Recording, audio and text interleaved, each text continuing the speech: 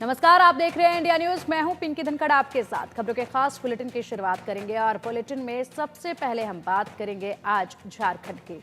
झारखंड में पहले चरण का मतदान होने जा रहा है। आज झारखंड की 43 सीटों पर विधानसभा चुनाव है और ऐसे में चंपई सोरेन समेत कई दिग्गजों की किस्मत दांव पर लगी हुई है।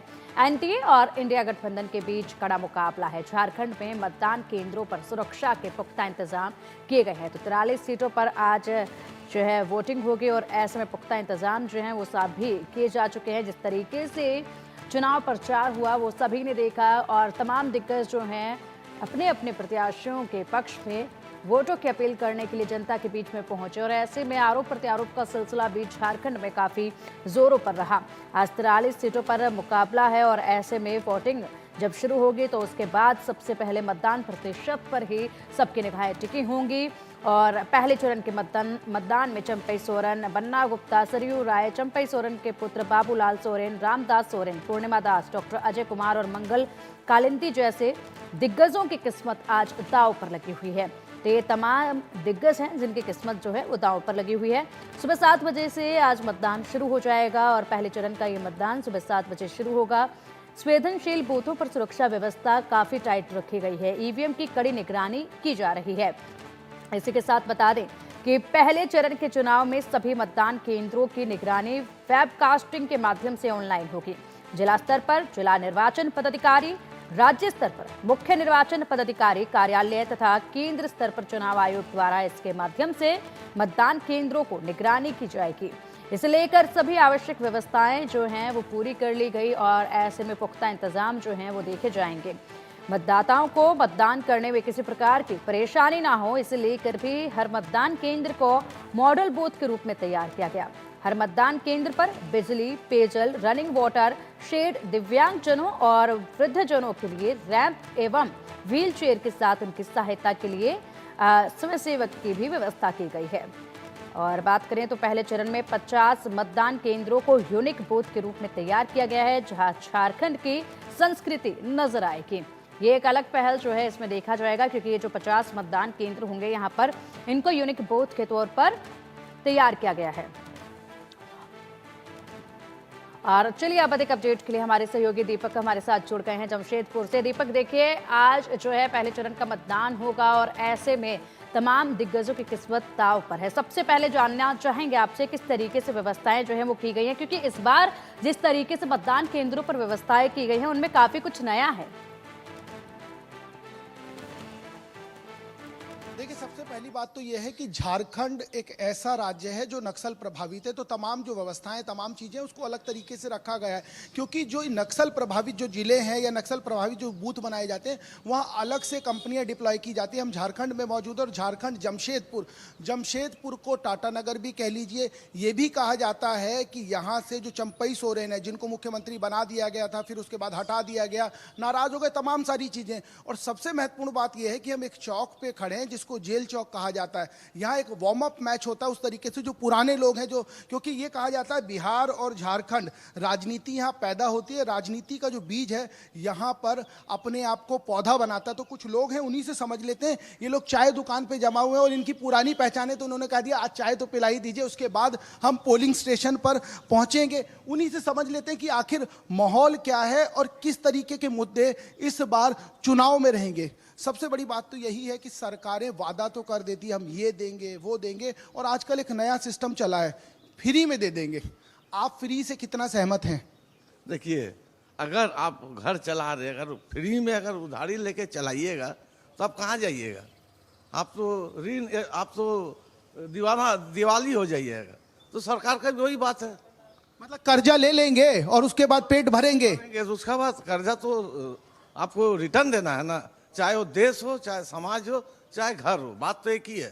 तो ये लोग सोचता 5 साल है पूरा खर्चा करके खजाना खत्म कर, फिर जो आएगा वो सरकार समझेगा। मतलब आपका कहना है इस जेब से निकाल रहे हैं, इसमें डाल दे रहा, उसके बाद सोच रहे तो थोड़ी मेरा पैसा, सरकार का पैसा है, दे देते हैं, जीत जाएगा, अच्छा नहीं जीता तो जो सरकार आएगा वो समझेगा, मेरा क्या है। समझने और समझाने में देश का बंटाधार हो रहा है एकदम।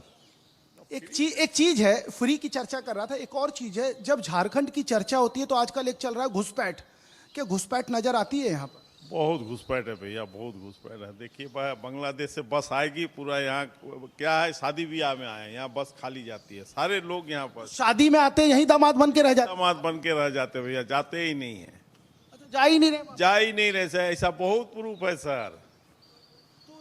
कहा जा रहा है कि यदि आपको रामनवमी का जुलूस निकालना है तो एकजुट हो जाइए, ये कहा जा रहा है आपको नवरात्रि का जुलूस निकालना है तो एकजुट हो जाइए, ये जो कहा जा रहा है उसका आप समर्थन करते हैं? एकदम समर्थन करते हैं, एकजुट होना ही पड़ेगा, नहीं होने से चलेगा ही नहीं हम लोग का। नहीं चलेगा। हम लोग जब एकजुट करते हैं तो कम्युनल बोल देते हैं, और जब कांग्रेस इंडिया जब बोलता है तो सेकुलर हो जाता है। आज का आप स्टेटमेंट देखिए, हम किसी का नाम नहीं बोलेंगे, जो फलाना मतलब फलाना जात को अगर कोई मानने आएगा तो हम हुआ खड़ा हो जाएगा। जाति का आपने जिक्र कर दिया, ये जाति की चर्चा बहुत जोरों पे है बोल के तो राजनीति चल रहा है। आज अगर हम लोग दोनों जाति अगर मिल जाएंगे ना तो राजनीति की रोटी सेकना बंद हो जाएगा सबका। जाति अलग होगा तो नेता लोगों का धंधा चलेगा। किताब लिए घूम रहे हैं, बता रहे हैं कि संविधान, वो तो एक ये लोकसभा में तो उसका ये अलग चीज आदमी सही समझा, लेकिन इसका बाद आप समझेगा नहीं। उसका सबसे बड़ा उदाहरण है हरियाणा। हरियाणा मतलब आप ये इशारों में पिंकी बहुत कुछ कह दिए कि उदाहरण समझा दिए। एक सवाल है, सवाल ये है कि एकजुट हो जाओ, सवाल ये है छेड़ोगे तो छोड़ेंगे नहीं, ये क्या ये राजनीति के लिए सही मानते हैं? राजनीति के लिए सर तो ये तो कोई सही नहीं है, लेकिन कहने का मतलब है कि एकजुट होने का जो सिस्टम है वो कभी मुश्किल है एकजुट होना आज के डेट में। इसलिए कि जो भी बयानबाजी हो रहा है, कहीं से भी हो रहा है, वो बयानबाजी एक दूसरे के लिए सही नहीं है। बयानबाजी एक दूसरे के लिए सही नहीं है। एक और चीज बता दीजिए चलते चलते, कोई कह रहा है 2500, कोई कह रहा है 2100 दे देंगे, कोई सिलेंडर भी बांट दे रहा है। ये जो फ्री की रेबड़ी है, इससे सहमत हैं कि फ्री मिलना चाहिए? नहीं सर, फ्री तो कुछ नहीं मिलेगा, फ्री कुछ नहीं। रोजगार दे सर, बिल्कुल मतदान से पहले दीपक जी रोजगार दे, फ्री में कोई किसी को कुछ नहीं देता है। दीपक मतदान से पहले ये चर्चा काफी बताइए। दिलचस्प है। बिल्कुल दीपक, मतदान से पहले ये चर्चा काफी दिलचस्प है और 7 बजे जो है मतदान शुरू हो जाएगा। ऐसे में काफी कुछ बातें जो निकलकर सामने आ रही हैं, ये अपने आप में काफी खासी हैं, जिससे तस्वीर कुछ साफ होने की उम्मीद भी लगने लगती है। लेकिन चलिए अब रुक कर लेते रांची का, जहां से हमारे सहयोगी रितेश मिश्रा हमारे साथ जुड़े हुए हैं। और दीपक आएंगे आपके पास, जब तक आप और भी ज्यादा माहौल जानने की कोशिश कीजिएगा यहां से। और चलिए रितेश, रांची में इस वक्त आप मौजूद हैं और ऐसे में मतदान 7 बजे शुरू हो जाएगा। बूथों पर अलग अलग तरह की जो तैयारियां हैं वो की गई हैं। किस तरीके की तैयारियां की गई हैं? 7 बजने में अभी महज कुछ ही वक्त बचा है।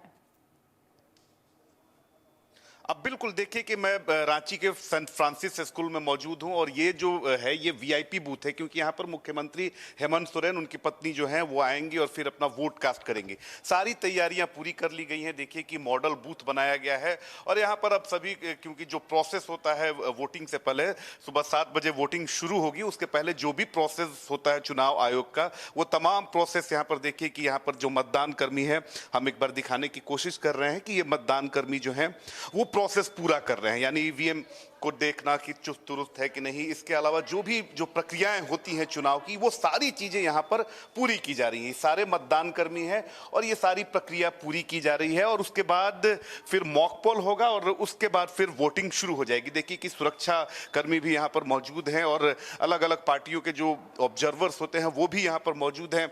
ये बताइए कि अब आज तो पहले फेज की वोटिंग हो रही है, क्या कुछ तैयारी है? तैयारी है पूरा एकदम।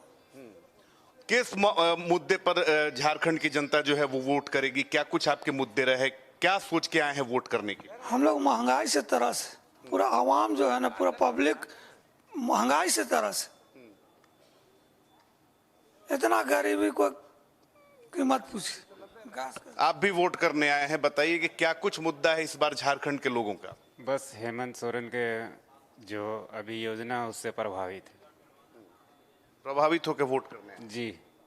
तो देखिए कि अलग अलग लोग हैं। आप भी क्या करते हैं? आप हम बिजनेस करते हैं। बिजनेस करते हैं। तो ये बताइए कि क्या है झारखंड के लोगों का मन, मूड, मिजाज क्या है? किस आधार पर, आज तो अब बारी आ गई है, आपकी बारी है, किस आधार पर वोट करेंगे? झारखंड के लोग बदलाव चाह रहे हैं, महंगाई से त्रस्त हैं, बेरोजगारी से त्रस्त हैं और ये सारे समस्या के निदान के लिए सही सरकार चुनने के लिए झारखंड के लोग। सही सरकार कौन होगी? हेमंत सोरेन। तो आप कह रहे हैं कि बदलाव भी करेंगे, सही सरकार, बदला ही है, हम लोग को बदलना है यहाँ। लेकिन उन पे तो बहुत सारे आरोप भी हैं। निराधार है, झूठा है, बेबुनियाद है। आजकल तो समय है किसी अच्छे युवाओं को रोजगार नहीं मिली, भ्रष्टाचार हुआ, बहुत सारे आरोप हैं, हजारों आरोप। हमारे हेमंत सोरेन जी आए तो पहले तो कोरोना का मार हो गया, उसके बाद में केंद्र सरकार से उनको इतना न टॉर्चर किया गया कि उनको कहीं कोई ये करने का मौका ही नहीं मिला जब तक इलेक्शन आ गया।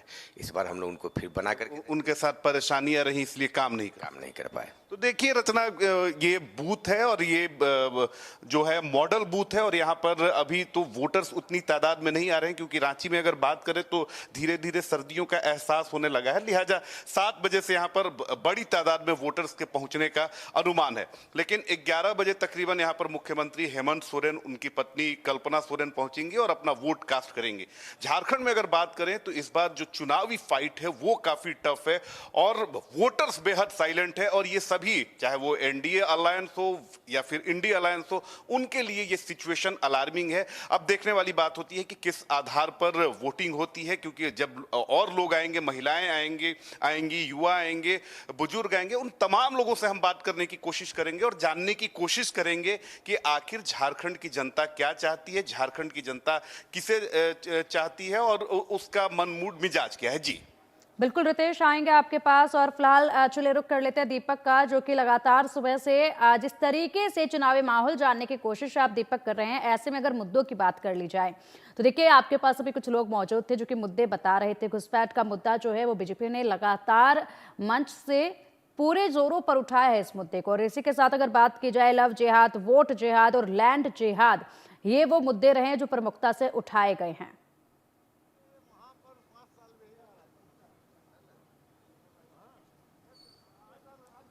दीपक, क्या आपको आवाज मिल पा रही है? जी बिल्कुल, बताइए। जी दीपक, देखिए जिस तरीके से मुद्दों पर आप बात कर रहे थे, और ऐसे में घुसपैठ का जो मुद्दा है वो बीजेपी ने बड़े प्रमुखता के साथ उठाया, करप्शन का मुद्दा भी जो है वो उठाया गया। इसी के साथ अगर बात की जाए वोट जिहाद और लैंड जिहाद के मुद्दे को भी उठाया गया है। आप लोगों से बात कर रहे थे, जिनसे जानने की आप कोशिश कर रहे थे क्या उनके मुद्दे हैं और किन बेसिस पर वो आज अपने मत अधिकार का इस्तेमाल करने वाले हैं।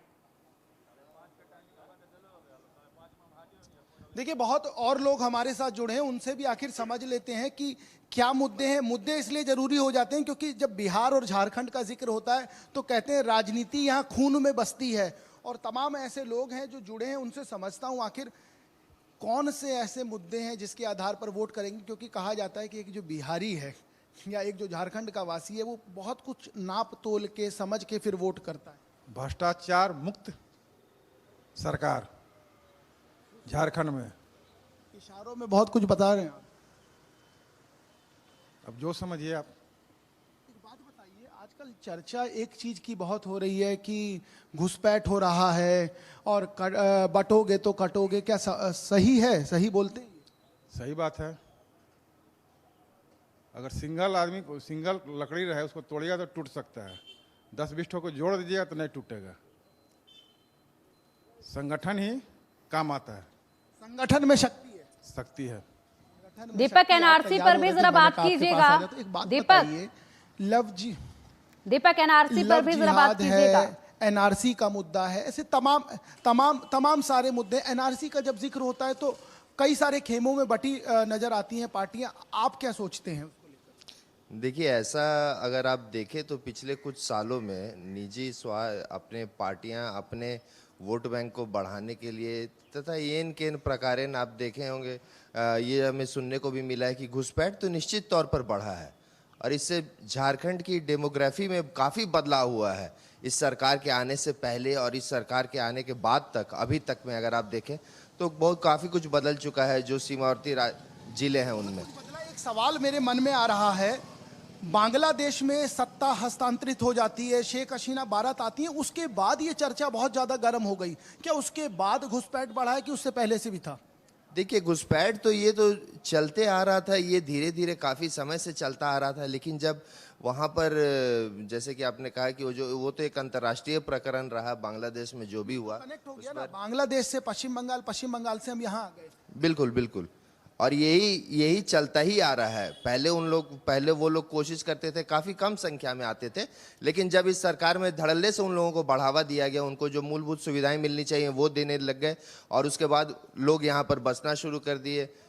यहाँ की बहन बेटियों से उन्होंने अपना रिश्ता बनाया, रिश्ता को लव जिहाद और एनऑल वो कह दिया जाता है। जी बिल्कुल बिल्कुल, ये किसी से छुपा हुआ नहीं है कि इस घटनाक्रम को इस सरकार में कितना बढ़ावा मिला, ये किसी से छुपा हुआ नहीं है। तो ये मुद्दे रहेंगे आपका कहने का मतलब? बिल्कुल बिल्कुल, ये मुद्दे रहेंगे, और ये मुद्दे हैं, जनता के बीच ये मुद्दे हैं, और जनता इन मुद्दों को देख रही है और उसी के आधार इन मुद्दों को देख रही है। देखिए, एलिट क्लास था, एक और क्लास है जिसके पास ले चलता हूं, क्योंकि ये सुबह उठ गए, झाड़ू पोछा किया और उसके बाद अपनी दुकान में शुरू हो गए काम करना।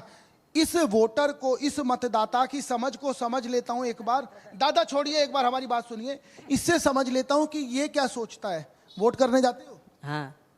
सरकार से क्या चाहिए? सरकार कह रही है फ्री में सिलेंडर, फ्री में ये, फ्री में वो वाली सरकार में चाहिए, सब फ्री में चाहिए। तो काम धंधा काहे कर रहे हो?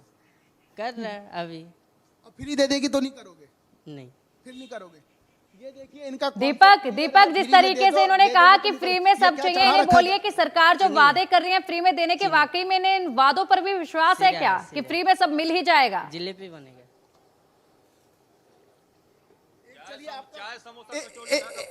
एक सवाल, एक बात बताओ, सरकार ने कह दिया कि हम सिलेंडर फ्री दे देंगे, अनाज फ्री दे देंगे, तो भरोसा है सरकार पे?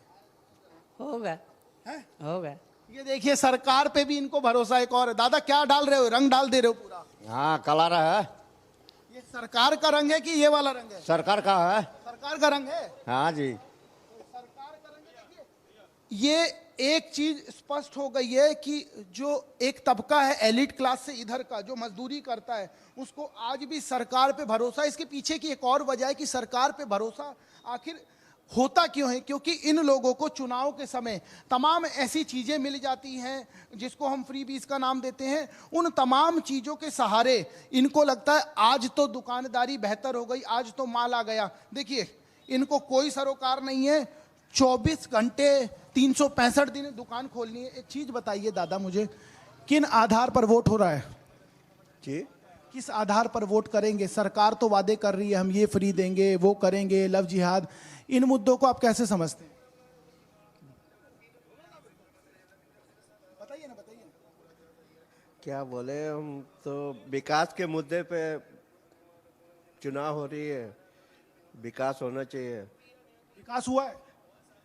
विकास तो अभी कुछ हुआ नहीं है। जो आजकल देश में हिंदू मुस्लिम की बहुत चर्चा है, सरकारें भी बहुत करती हैं। यहाँ तमाम राज्यों के मुख्यमंत्री आए, उन्होंने भी किया, जो यहाँ के मौजूदा मुख्यमंत्री उन्होंने भी किया।